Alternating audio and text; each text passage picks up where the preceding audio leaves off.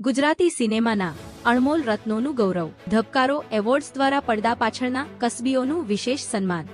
Gujarati film industry જ્યારે તેના ભવ્ય 94 વર્ષ પૂર્ણ કરી 95મા વર્ષમાં મંગલ પ્રવેશ કરી રહી છે, ત્યારે આ અવસરને યાદગાર બનાવવા માટે એક અભિનવ એવોર્ડ સમારોહનું આયોજન કરવામાં આવ્યું. નડિયાદવાલા ગ્રાન્ડસન એન્ટરટેઇનમેન્ટ, ધ મૂવિંગ મંચ અને હરફનમૌલા ફિલ્મ્સના સંયુક્ત ઉપક્રમે યોજાયેલા ધબકારો એવોર્ડ્સ એ સિનેમાના એવા અનસંગ હીરોઝને સમર્પિત હતા. તેમના પરસેવા અને મહેનતથી ફિલ્મ પડદા પર જીવંત બને છે. ઓકે, સો ધબકારો અમારી ફિલ્મ આવી રહી છે. 1 મેના રોજ રિલીઝ થશે તમારા નજીકના સિનેમાગૃહોમાં. અને જેમ કે તમે ટીઝર જોયું હશે, ટ્રેલર જોયું હશે, બીજા પણ ઘણા બધા પ્રમોશનલ વિડીયોઝ જોયા હશે અને અમને આ બધાનો જબરદસ્ત પ્રતિસાદ મળી રહ્યો છે.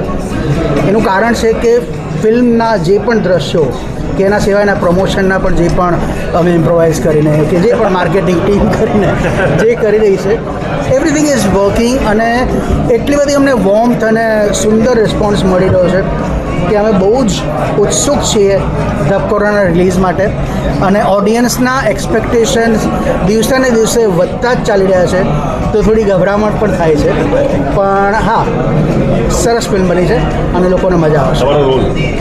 મારો રોલ સરસ રોલ, સારો રોલ છે. ઓનેસ્ટલી કહું, આ મારી લાઈફનો સૌથી બેસ્ટમાં બેસ્ટ રોલ છે. અને આવું હું દર વખતે નથી બોલતો.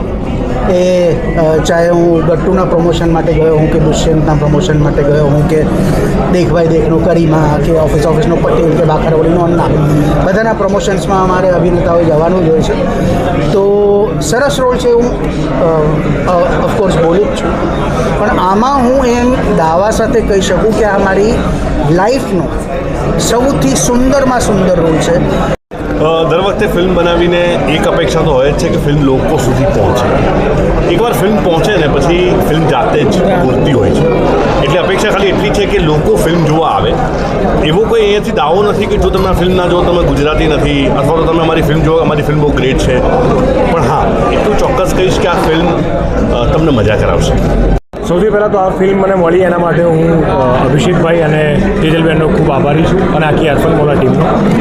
કેમ કે બહુ પાછળથી નક્કી થયું આ કેરેક્ટર કે હું ભજવીશ એમ, એટલે હું નસીબદાર છું એવું માનું છું મારી જાતને. અને બીજું એટલા માટે નસીબદાર કે મેં એક ફિલ્મ કરેલી ઉડનછું જેનું નામ હતું, જેમાં સર સાથે મને સ્ક્રીન શેર કરવાનો એટલો લાભ નહોતો મળ્યો. પણ લકીલી આ ફિલ્મની અંદર હું જ્યારે છું ત્યારે માત્ર સર સાથે છું. એટલે મને ઘણી બધી મજા આવી. સર સાથે શીખવા એટલું બધું મળ્યું, કેમ કે બહુ ઓબ્વિયસલી એટલો બધો અનુભવ છે, એમનો બહોળો અનુભવ છે. એમની સાથે કામ કરતાં એમની થોટ પ્રોસેસથી લઈને બધું એ બધી જુદી વાતો છે. પણ બહુ જ મજા આવી. અને ખાસ કરીને જ્યારે આટલો અનુભવ હોવા છતાં પણ જ્યારે તમારી સાથે એ કામ કરતા હોય તો એટલા હમ્બલ ને એટલા જ તમારી સાથે તમારા લેવલના લઈને બહુ સુંદર રીતે કામ કરતા હોય છે. ખાલી પટપટી ચટપટી વાતો નથી કરતો, સાચી વાત કરું છું. સર બાજુમાં છે ઊભા.